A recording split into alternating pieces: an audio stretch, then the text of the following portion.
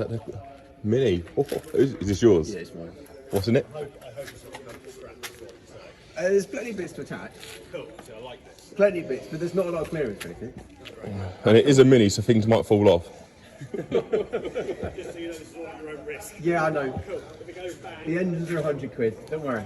What engine's in it? This is for a micra. Micra. 1348.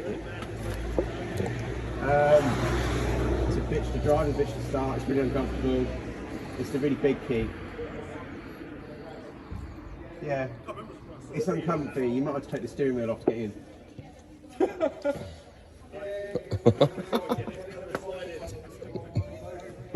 Oh, the seats don't move. It's not fully tuned. There's all sorts of things that go wrong with it.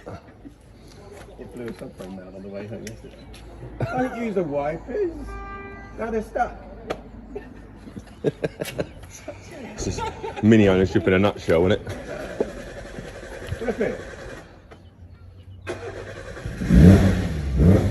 It's got rally cams and all sorts of stuff. Doesn't mean it's Yeah, you can hear, yeah. I think Jeremy's making it worse.